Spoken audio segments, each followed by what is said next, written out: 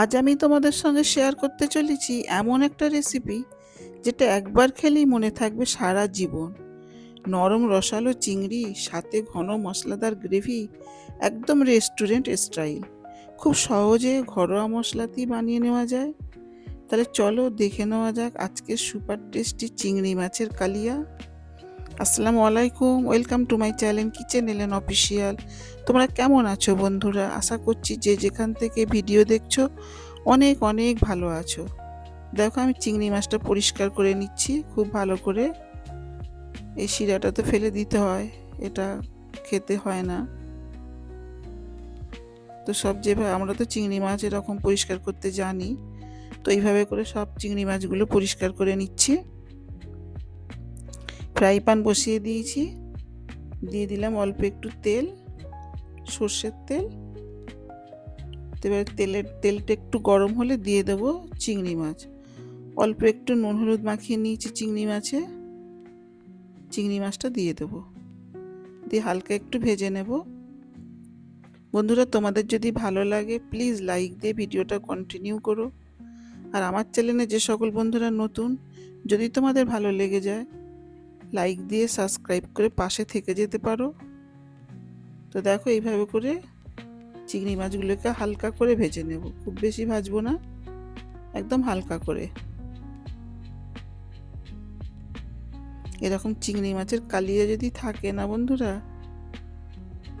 নিমেষে শেষ হয়ে যাবে এক প্লেট ভাত। ভাত রুটি যেটা দিয়ে খাও না কেন খুব টেস্টি হয়, ভাত দিয়ে বেশি ভালো লাগবে। ভাজা হয়ে গেছে, আমি এবার তুলে নিলাম। একই ফ্রাই প্যানে আমি অল্প আরেকটু সর্ষের তেল দিয়ে দিলাম। এবার আমি একটু আলু নিয়েছি, একটা আলু নিয়েছি আমি। আলুটাকে ছোট ছোট ডুমো করে কেটে নিয়েছি। আলুটাকে এবার দিয়ে ভেজে নেব। দেখো ঠিক এরকম ছোট্ট করে কেটে নিয়েছি। এরকম আলু ভেজে এই চিংড়ি মাছের কালিয়া এইভাবে বানালে না খুব টেস্টি হয়। চিংড়ি মাছ আমরা অনেক রকমভাবেই বানাই, তো এইভাবে কালিয়া বানালে স্বাদ অনেক গুণ বেড়ে যায়। দিয়ে দেবো অল্প একটু নুন আর একটু হলুদ গুঁড়ো। এগুলো দিয়ে একটু ভালো করে আলুটাকে ভেজে নেব। এই ভাজাতেই আলুটা অনেকটা সেদ্ধ হয়ে যাবে। খুব ভালো করে ভেজে নিতে হবে। দেখো ঠিক এরকম সুন্দর করে ভাজা হয়ে গেছে। এবার এটাকে আমি তুলে নেব।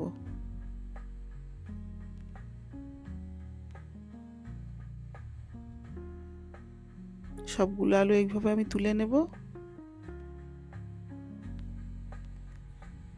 আবার ওই একই ফ্রাই প্যানে দিয়ে দিলাম আরও একটু সর্ষের তেল,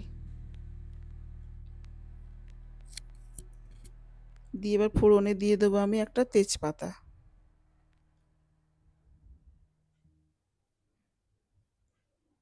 দিয়ে দিলাম।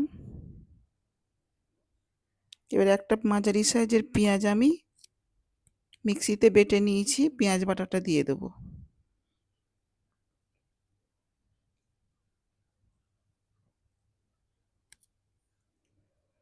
পেঁয়াজ বাটাটা দিয়ে একটু ভালো করে নেড়ে ছেড়ে নেব।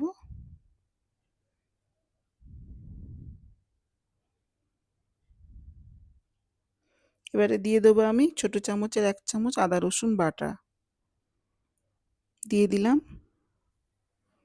আদা রসুন বাটা আর পেঁয়াজ বাটা দুটো একসঙ্গে খুব ভালো করে একটু কষিয়ে নিচ্ছি।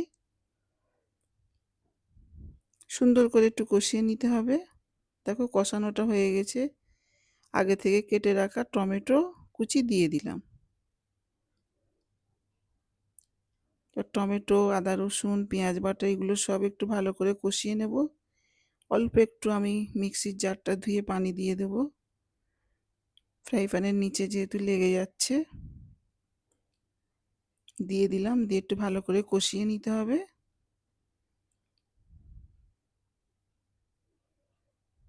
এই আদা রসুন পেঁয়াজ বাটা টমেটো এগুলোর গন্ধ চলে যাবে যখন, দেখো এখানে আমি নিয়ে নিয়েছি বাটিতে একটু হলুদ গুঁড়ো, একটু লঙ্কা গুঁড়ো, একটু জিরে গুঁড়ো।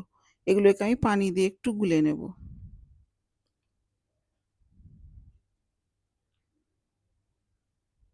শুকনো এরকম দেওয়া যায়, কিন্তু এইভাবে পানি দিয়ে একটু গুলে নিলে কি হয়, স্বাদটা অনেকটা বেড়ে যায়। দিয়ে দিলাম, দিয়ে এগুলো সব সুন্দর করে ভালো করে একটু কষিয়ে নিতে হবে। 2-3 মিনিট মতো কষিয়ে নেব।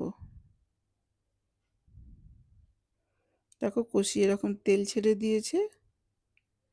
এবারে দিয়ে দেবো আমি কিছু মটরশুঁটি। মটরশুঁটিটা আমার ফ্রিজে রাখা ছিল, ফ্রোজেন করা এই মটরশুঁটি দিয়ে দেবো। তার আগে দিয়ে দেবো আমি অল্প একটু নুন। নুনটা একটু বুঝে দিতে হবে, যেহেতু আমি চিংড়ি মাছ, আলু অল্প নুন দিয়ে ভেজেছি। এবার দিয়ে দিলাম মটরশুঁটি, দিয়ে একটু নেড়ে চেড়ে নেব।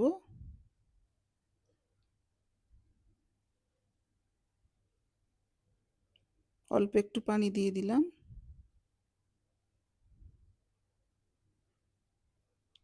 আরও একটু ভালো করে কষিয়ে নিচ্ছি। এবার দিয়ে দেবো ভেজে রাখা আলু।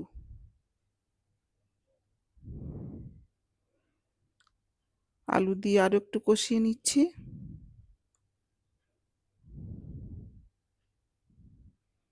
এটা যত বেশি কষিয়ে কষিয়ে রান্না করবে না, তত মজা হবে। ভেজে রাখা চিংড়ি মাছ দিয়ে দিলাম। চিংড়ি মাছটা দিয়ে হালকাভাবে এইভাবে একটু 2 মিনিটের মতো কষিয়ে নেব।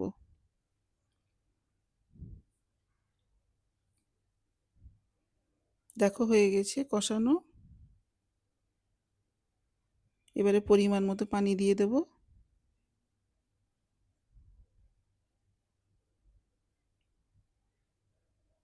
সব কিছু সেদ্ধ হওয়ার জন্য পরিমাণ মতো পানি দিয়ে দেব।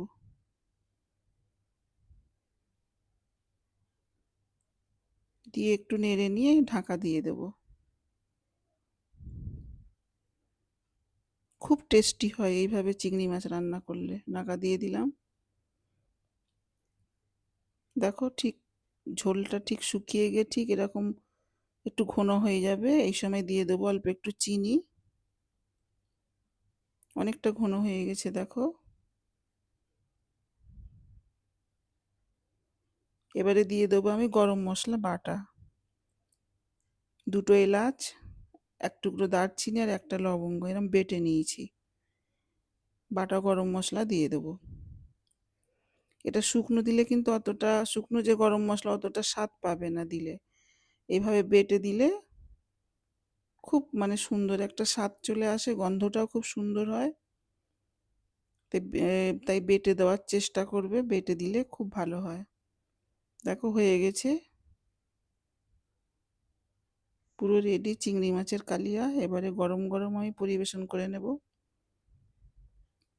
দেখো একদম রেডি, তৈরি হয়ে গেছে চিংড়ি মাছের কালিয়া। কেমন লাগলো তোমাদের রেসিপি? কমেন্টে জানাবে। যদি খুব ভালো লেগে যায় সাবস্ক্রাইব করে পাশে থেকে যাবে। এরকম নতুন নতুন রান্নার রেসিপি দেখতে চাইলে, শিখতে চাইলে কিচেন এলেন অফিসিয়ালের পাশে থেকো, সঙ্গে থেকো। আবারও দেখা হবে অন্য কোনো ভিডিওতে, অন্য কোনো নতুন রেসিপি নিয়ে। ততদিন তোমরা ভালো থেকো, সুস্থ থেকো। এতক্ষণ সঙ্গে থাকার জন্য অনেক ধন্যবাদ।